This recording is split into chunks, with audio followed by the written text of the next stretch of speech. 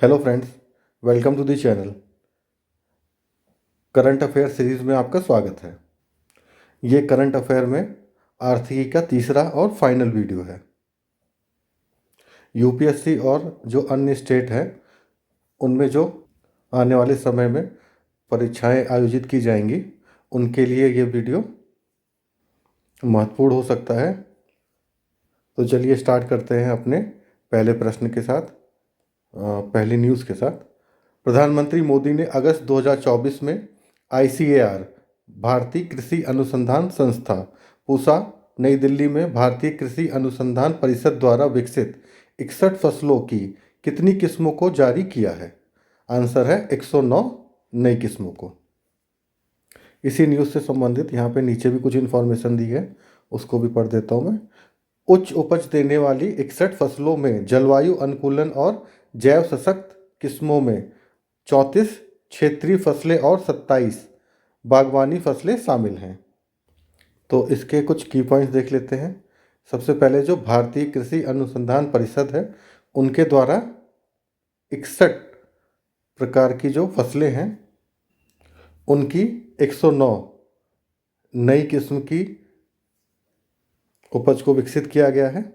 और फिर यहाँ पे बताया जा रहा है कि जो 61 जो फसलें हैं वो जलवायु अनुकूलन और जैव सशक्त किस्म की हैं, जिसमें कि 34 क्षेत्रीय फसलें हैं और 27 बागवानी फसलें हैं। तो चलिए अगले जो न्यूज़ है उस पर आते हैं। इंदौर स्थित वह स्टार्टअप जिसने भारत की पहली इलेक्ट्रॉनिक माइक्रोकार रॉबिन को लॉन्च करने की घोषणा की है, क्या नाम है उसका? Wings EV. इंदौर स्थित स्टार्टअप है जिसने पहली इलेक्ट्रॉनिक माइक्रोकार रॉबिन लॉन्च करने की घोषणा की है। ठीक है, और उस स्टार्टअप का नाम क्या है? Wings EV. भारत में लिथियम खदान की नीलामी करने वाला पहला राज्य कौन बना?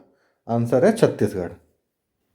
तो लिथियम जो खदान है उनकी नीलामी करने वाला पहला राज्य है छत्तीसगढ़। 6 से 8 अगस्त 2024 के बीच पहला बिम्स्टेक व्यापार शिखर सम्मेलन भारत में कहाँ आयोजित किया गया? आंसर है नई दिल्ली। ठीक है, ये इंपॉर्टेंट है, इसको याद रखेंगे कि पहला बिम्स्टेक व्यापार शिखर सम्मेलन कहाँ पर आयोजित किया गया है? नई दिल्ली में। और उसका समय क्या रहा? 6 से 8 अगस्त। सभी फसलों को न्यूनतम समर्थन मूल्य एमएसपी पर खरीदने वाला देश का पहला राज्य बना, कौन बना? हरियाणा। हरियाणा में अब सभी फसलों को एमएसपी पर राज्य खरीदेगा। अगली न्यूज़ हमारी, जैव ईंधन से संबंधित प्रधानमंत्री जीवन योजना का 5 वर्ष के लिए विस्तार हाल ही में किया गया। अब इस योजना का कार्यकाल क्या होगा? 2028 से 29 तक। तो इसके की पॉइंट्स क्या हैं? पहला तो यही प्रधानमंत्री जीवन, ठीक है, योजना किससे संबंधित है? जैव ईंधन से संबंधित। और इसका जो समय काल है उसका 5 वर्ष के लिए विस्तार किया गया है।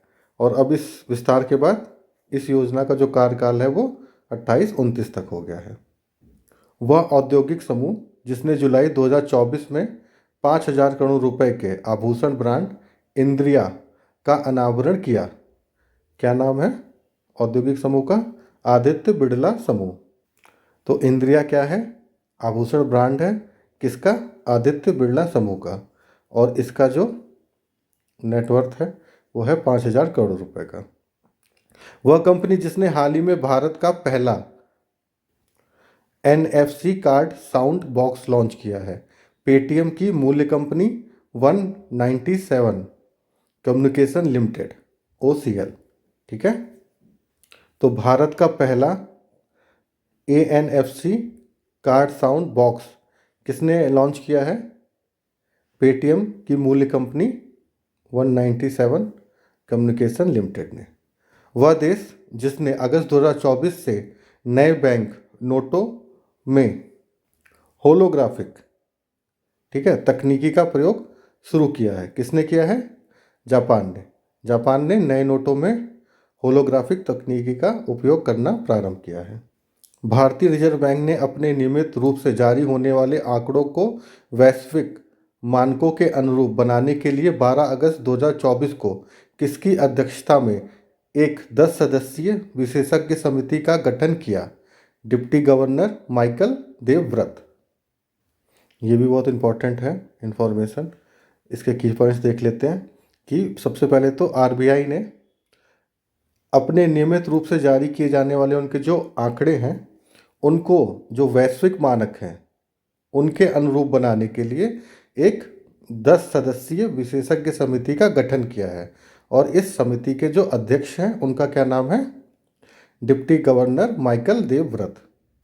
अगली न्यूज़ की तरफ बढ़ते हैं। जून 2024 में युद्धक जहाज और सबमरीन बनाने वाली किस कंपनी को नवरत्न कंपनी का दर्जा प्रदान किया गया है? आंसर है मझगांव डॉक शिप बिल्डर्स। तो यहाँ पे इसको देख लेते हैं। सबसे पहले जो मझगांव डॉक शिप बिल्डर्स है वो क्या कार्य करती है? युद्धक जहाज और सबमरीन बनाने का काम करती है और इसको हाल ही में नवरत्न कंपनी का दर्जा प्राप्त हुआ है। ठीक है।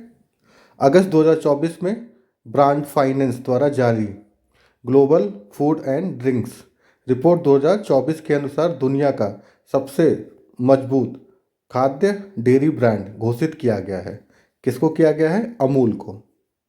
तो इसके भी की पॉइंट्स देख लेते हैं। सबसे पहले की जो global food and drinks report है 2024 की, वो किसके द्वारा जारी की गई है? ब्रांड फाइनेंस के द्वारा। ठीक है। और इसमें इस रिपोर्ट में सबसे मजबूत खाद्य डेयरी ब्रांड जो घोषित किया गया है वो घोषित किया गया है अमूल को, भारत।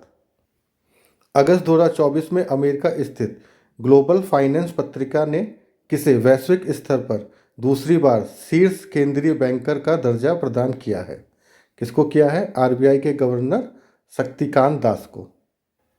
तो इसकी भी की पॉइंट्स देख लेते हैं। सबसे पहले की ग्लोबल फाइनेंस पत्रिका जो कि अमेरिकन पत्रिका है। ठीक है। इसके द्वारा वैश्विक स्तर पर दूसरी बार शीर्ष केंद्रीय बैंकर का जो दर्जा है वो दिया गया है आरबीआई के गवर्नर शक्तिकांत दास को। अंतर्राष्ट्रीय मुद्रा कोष द्वारा हाल ही में जारी आर्टिफिशियल इंटेलिजेंस तैयारी सूचकांक 2024 में भारत को कौन सी रैंक प्राप्त हुई है? 72, 72वीं। देखिए ये क्वेश्चन भी बहुत इंपॉर्टेंट है। सबसे पहले तो यही कि आर्टिफिशियल इंटेलिजेंस तैयारी सूचकांक 2024 ये किसके द्वारा जारी किया जाता है? तो ये जारी किया जाता है अंतर्राष्ट्रीय मुद्रा कोष के द्वारा। ठीक है। उसके बाद जो इम्पोर्टेंट चीज़ है कि इसमें भारत को कौन सी रैंक प्राप्त हुई है? तो आंसर है 72। अब अगली न्यूज़ की तरफ बढ़ते हैं। अगस्त 2024 में एनएसओ द्वारा जारी एक रिपोर्ट के अनुसार देश के बैंक में जमा कुल धनराशि में महिलाओं की कितने प्रतिशत हिस्सेदारी है? 21%। ये क्वेश्चन भी बहुत इंपॉर्टेंट है। इससे आप जो महिलाओं की स्थिति है समाज में, कभी आपको कोई आंसर लिखना हो या निबंध हो तो इस आंकड़े का आप उपयोग कर सकते हैं। तो एनएसओ ने ये आंकड़ा जारी किया है। इससे क्या है, जो हमारा देश है इसमें इसके जो बैंक हैं उसमें जो कुल जमा धनराशि है उसमें जो महिलाओं का प्रतिशत है वो 21% है। तो आप ये अंदाज़ा लगा सकते हैं कि महिलाओं की जो जनसंख्या है वो लगभग आधी होती है, आधी महिला आधे पुरुष। और उसमें अगर देखा जाए कि वो वित्तीय रूप से कितने सशक्त हैं तो इससे हमें पता चल रहा है। और इस प्रतिशत में अगर वो प्रतिशत आप घटा दें कि बहुत सारी ऐसी महिलाएं होंगी जिनका जो बैंक अकाउंट है उनके पतियों ने खोल रखा होगा या उनके पिता ने या अन्य किसी रिश्तेदार ने। ठीक है। उसके बाद जो कुल बैंक जमा है उसमें उनका कितना प्रतिशत रह जाएगा। ठीक है। तो इस आंकड़े का उपयोग आप अपने समझबूझ के हिसाब से आंसर और ऐसे में कर सकते हैं। रिजर्व बैंक द्वारा जून 2024 में जारी आंकड़ों के अनुसार मार्च 2024 तक भारत का विदेशी ऋण कितना हो गया है? 663.8 बिलियन डॉलर। ठीक है। इस आंकड़े को भी याद रखिएगा। सबसे पहले तो हमें यही याद रखना है कि ये जो आंकड़ा है ये जारी किया जाता है रिजर्व बैंक द्वारा, ठीक है। तो जैसे कहीं ऑप्शन आ जाए कि रिजर्व बैंक द्वारा या वित्त मंत्रालय द्वारा या किसी अन्य संस्था का नाम दे देते हैं, तो आप ये याद रखेंगे कि ये जो आंकड़ा है वो रिजर्व बैंक द्वारा जारी किया जाता है कि भारत का जो विदेशी ऋण है वो कितना है, ठीक है। और इस आंकड़े को भी याद रखिएगा कि 663.8 बिलियन डॉलर ये हो चुका है। कब तक? मार्च 2024 तक। अगले अपनी न्यूज़ की तरफ बढ़ते हैं। मई 2024 में इंडिया इंटरनेशनल बुलियन एक्सचेंज में ट्रेडिंग कम क्लियरिंग TCM सदस्य बनने वाला पहला बैंक बना, भारतीय स्टेट बैंक। ये भी इम्पोर्टेंट है, इसको याद रखिएगा कि इंडिया इंटरनेशनल बुलियन एक्सचेंज जो है उसमें ट्रेडिंग कम क्लियरिंग TCM बनने वाला जो पहला बैंक है वो है भारतीय state bank. Indian international bullion exchange IIBX, इसी के बारे में और भी यहाँ पे इंफॉर्मेशन दी गई है। भारत का पहला बुलियन एक्सचेंज है जिसे 2022 में गुजरात के गिफ्ट सिटी में लॉन्च किया गया है, ठीक है। तो ये जो IIBX है वो पहला बुलियन एक्सचेंज है और इसको कहाँ पर लॉन्च किया गया था? गुजरात के गिफ्ट सिटी में। कौन से वर्ष? 2022 में। वित्तीय वर्ष 2023-24 में भारत को सर्वाधिक FDI किस देश से प्राप्त हुई? आंसर है सिंगापुर, ठीक है। सर्वाधिक FDI जिससे प्राप्त हो रही है भारत को 2023-24 में वो है देश का नाम सिंगापुर। 4 मार्च 2024 को कहाँ पर स्टेनलेस स्टील क्षेत्र में भारत के पहले हरित हाइड्रोजन संयंत्र का उद्घाटन किया गया? आंसर है हिसार, हरियाणा, ठीक है। इसको भी याद रखिएगा कि हिसार में स्टेनलेस स्टील क्षेत्र में भारत के पहले हरित हाइड्रोजन संयंत्र का उद्घाटन किया गया है। अगली जो न्यूज़ है वो भी इम्पोर्टेंट है। हाल ही में किस संस्था को best conduct of business regulator का पुरस्कार जीता? किस संस्था ने? तो आंसर है सेबी ने। जून 2024 में किस कंपनी ने भारत में सूचीबद्ध रक्षा शेयरों पर केंद्रित भारत का पहला इंडेक्स फंड प्रस्तुत किया है? आंसर है Motilal Oswal asset management company limited. इसके की पॉइंट्स देख लेते हैं कि जो Motilal Oswal asset management company limited है, इनके द्वारा भारत में जो सूचीबद्ध रक्षा शेयरों पर केंद्रित भारत का पहला जो इंडेक्स फंड है वो इनके द्वारा प्रस्तुत किया गया है। अगली न्यूज़ की तरफ बढ़ते हैं। जून 2024 में किस देश के न्यायालय ने गोल्डन राइस के व्यावसायिक उत्पादन पर रोक लगा दी? किसने लगा दी? फिलीपींस ने। फिलीपींस की जो न्यायालय है उन्होंने जो गोल्डन राइस है उसके व्यावसायिक उत्पादन पर रोक लगा दी है। जून 2024 में किस भारतीय बैंक का बाजार पूंजीकरण 8 लाख करोड़ के स्तर को पार कर गया? आंसर है स्टेट बैंक ऑफ इंडिया। तो जो स्टेट बैंक ऑफ इंडिया है उसकी जो कैपिटल है वो 8 लाख करोड़ से क्या जो स्तर है उससे अधिक हो गई है। जून 2024 में मोबाइल सारथी 2.0 किसके द्वारा लॉन्च किया गया है? सेबी के द्वारा, ठीक है। सारथी 2.0 किसके द्वारा लॉन्च किया गया है? सेबी के द्वारा। इन्वेस्ट इंडिया द्वारा हाल ही में जारी एक अनुमान के अनुसार भारत का ई-कॉमर्स बाजार अब तक 325 बिलियन डॉलर कब तक 325 बिलियन डॉलर पहुंच जाएगा? आंसर है 2030 तक। तो इसके की पॉइंट्स देख लेते हैं। पहला यही कि इन्वेस्ट इंडिया है, उन्होंने अनुमान लगाया है कि जो भारत का ई-कॉमर्स मार्केट है वो 2030 तक कितना पहुंच जाएगा? 325 बिलियन डॉलर। अगली न्यूज़ की तरफ बढ़ते हैं। 24 मई 2024 को किस बैंक ने भारत का पहला virtual credit card pixel launch किया है? HDFC बैंक ने। तो अगर आपसे पूछ लेते हैं कि पिक्सेल क्या है, तो आप बताएंगे कि ये भारत का पहला वर्चुअल क्रेडिट कार्ड है और ये HDFC बैंक के द्वारा जारी किया गया है। 15 मई 2024 को भारतीय डिजिटल प्लेटफॉर्म कंपनी फ़ोनपे ने किस देश में UPI सुविधा लॉन्च की? श्रीलंका ने। ठीक है, तो जो UPI है, फ़ोनपे है, इसने श्रीलंका में भी UPI की सुविधा प्रारंभ कर दी है। अप्रैल 2024 में विश्व समूह द्वारा विश्व बैंक आर्थिक सलाहकार पैनल के सदस्य के रूप में किस भारतीय को नियुक्त किया गया है? आंसर है राकेश मोहन को। तो जो विश्व समूह द्वारा विश्व बैंक आर्थिक सलाहकार पैनल है, उसके जो सदस्य हैं वो नियुक्त किए गए हैं, वो एक भारतीय हैं और उनका नाम क्या है? राकेश मोहन। 24 मई 2024 को भारतीय रिजर्व बैंक ने वित्तीय वर्ष 2023-24 के लिए भारत सरकार को लाभांश के रूप में कितने लाख करोड़ रुपए के हस्तांतरण को मंजूरी प्रदान की है? 2.11 लाख करोड़।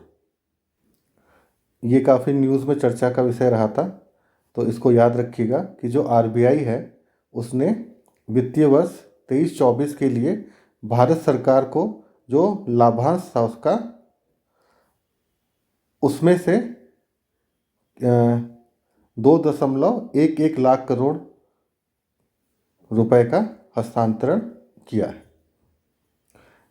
गेल इंडिया लिमिटेड ने मई 2024 में अपना पहला 10 मेगावाट क्षमता का ग्रीन हाइड्रोजन प्लांट कहाँ पर शुरू किया है? आंसर है विजयपुर, मध्य प्रदेश।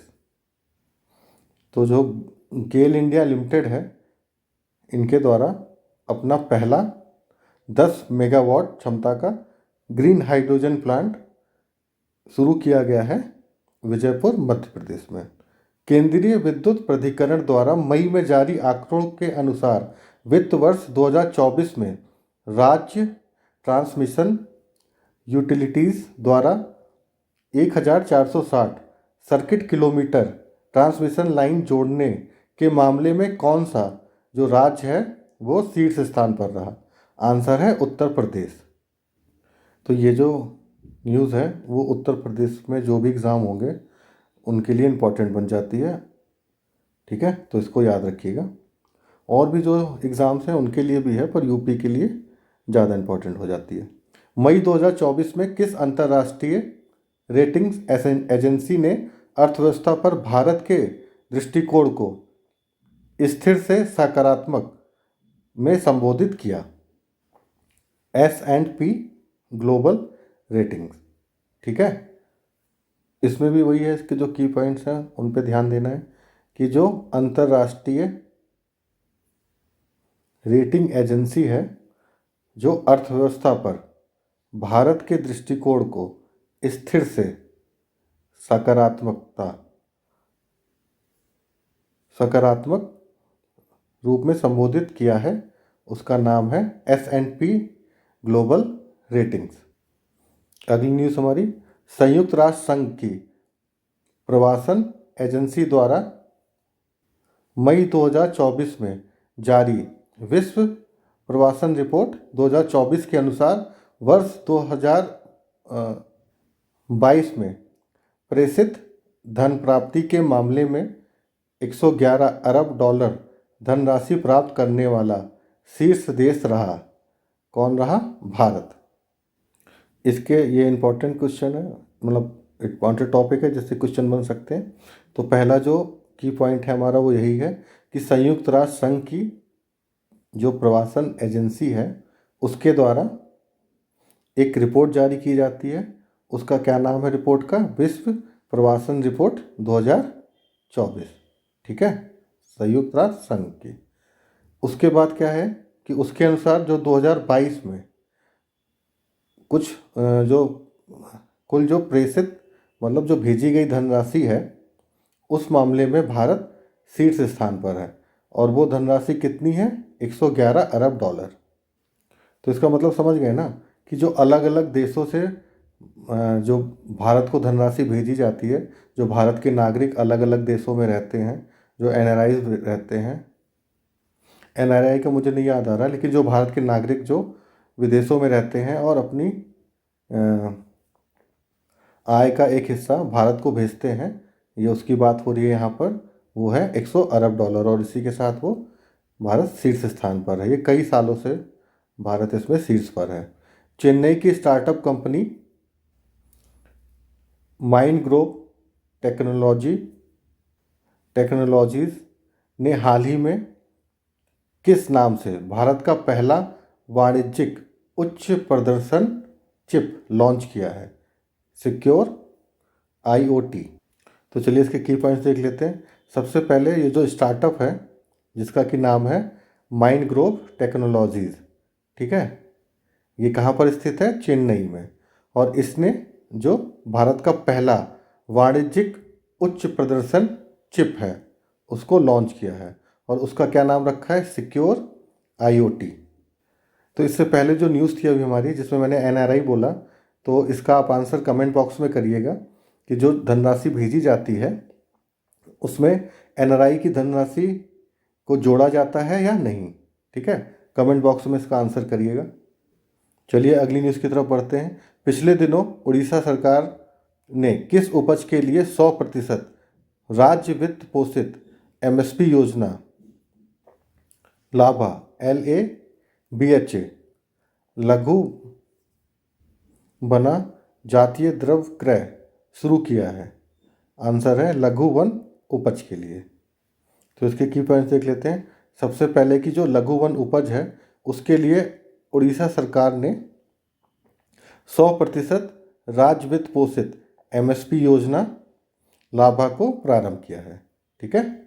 अगली न्यूज़ की तरफ बढ़ते हैं। जनवरी 2024 में कंपनी उत्पादन लिंक्ड प्रोत्साहन PLI योजना के लिए पात्र बनने वाली पहली भारतीय ई-स्कूटर कंपनी बनी ओला इलेक्ट्रॉनिक, ठीक है। तो ओला इलेक्ट्रॉनिक जो है वो कंपनी उत्पादन लिंक जो उनकी प्रोत्साहन योजना है उसके लिए पात्र होने वाली ये पहली भारतीय ई-स्कूटर कंपनी बन गई है। जनवरी 2024 में भारत सरकार ने किस IAS अधिकारी को जिनेवा में विश्व व्यापार संगठन WTO में नए राजदूत के रूप में नियुक्त किया है? आंसर है सेंथिल पांडियन, ठीक है। ये इंपॉर्टेंट क्वेश्चन है, ये भी याद रखिएगा कि जो विश्व व्यापार संगठन है उसमें नए राजदूत के रूप में एक IAS अधिकारी को नियुक्त किया गया है जिनका कि नाम है सेंथिल पांडियन। जनवरी 2024 में भारत सरकार ने भारतमाला परियोजना चरण 1 को पूरा करने की समय सीमा किस वर्ष तक बढ़ा दी है? आंसर है 2027-28 तक, ठीक है। तो भारत सरकार ने जो भारतमाला परियोजना चरण 1 था उसकी समय सीमा को 2027-28 तक बढ़ा दिया है। 19 जनवरी 2024 में प्रधानमंत्री मोदी ने अमेरिका से बाहर कहाँ पर आधुनिक Boeing India engineering and technology centre के परिसर का उद्घाटन किया है? आंसर है बेंगलुरु। ये भी बहुत इंपॉर्टेंट है कि अमेरिका से बाहर आधुनिक जो Boeing India engineering and technology centre है उसका परिसर का उद्घाटन किया गया है कहाँ पर? बेंगलुरु में। वह देश जिसने जनवरी 2024 में सूक्ष्म लघु और मध्यम आकार के उद्यमों MSMEs के लिए दुनिया का पहला स्थिरता मान्यता ढांचा इकोमार्क ग्लोबल को पेश किया है? किसने किया है? संयुक्त अरब अमीरात ने। तो ये न्यूज़ भी इम्पोर्टेंट है, किसी भी एग्ज़ाम में पूछी जा सकती है। तो पहला यही कि जो इकोमार्क ग्लोबल है यह सूक्ष्म लघु और मध्यम आकार के जो उद्यम हैं उनसे संबंधित है और ये दुनिया का पहला स्थिरता मान्यता ढांचा है, ठीक है, जो कि संयुक्त अरब अमीरात द्वारा लॉन्च किया गया है। अगली न्यूज़ की तरफ पढ़ते हैं। 18 से 21 जनवरी 2024 के बीच हैदराबाद में आयोजित एशिया के सबसे बड़े नागरिक उड्डयन क्षेत्र के आयोजन विंग्स इंडिया 2024 एक्सपो की थीम क्या थी? उसकी थीम थी अमृतकाल में भारत को दुनिया से जोड़ना, भारत नागरिक उड्डयन @2047 के लिए मंच तैयार करना। इसके भी जो की पॉइंट्स हैं उनको भी देख लेते हैं, पूछे जा सकते हैं एग्जाम में। तो सबसे पहले कि जो विंग्स इंडिया 2024 एक्सपो था उसका जो आयोजन है वो कहाँ पे किया गया? हैदराबाद में। और कब से कब तक का टाइम था? 18 से 21 जनवरी 2024 का। ठीक है। और साथ साथ इसमें ये भी बताया गया है कि इसकी जो थीम है एक्सपो की वो क्या थी? अमृतकाल में भारत को दुनिया से जोड़ना, भारत नागरिक उड्डयन @2047 के लिए मंच तैयार करना। ठीक है, इस थीम को भी आप याद रखिएगा। अगले क्वेश्चन की तरफ बढ़ते हैं। हाल ही में कौन सी भारतीय फर्म ISO 27001 2022 प्रमाणन प्राप्त करने वाली पहली कंपनी बन गई? हल्दिया पेट्रोकेमिकल्स। और अब यहाँ पर जो भी आर्थिक से संबंधित घटनाएं थी उनकी जो महत्वपूर्ण जो न्यूज़ थी वो यहाँ पे हमारी समाप्त हो रही है। और अगले वीडियो में जो भी करंट की चीज़ें हैं उनको हम लाते रहेंगे। तो हमसे जुड़े रहें, चैनल को सब्सक्राइब